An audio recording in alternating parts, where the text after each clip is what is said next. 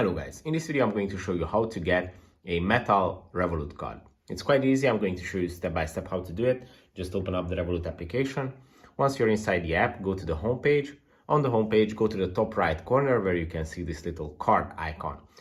When you open this page, this is going to be your cards menu where you can see all your available debit cards. But to get a Revolut metal card, you have to tap on Add New. Then it opens up this menu where you can see all the options. Now we want a physical debit card.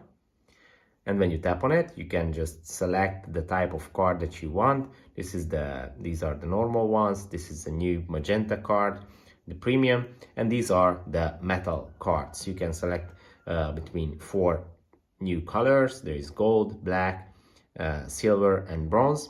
And for this card, to receive this card, you have to also upgrade to the Revolut Metal level, which is a subscription with several benefits. If this video was helpful for you, please consider sending a super thanks donation.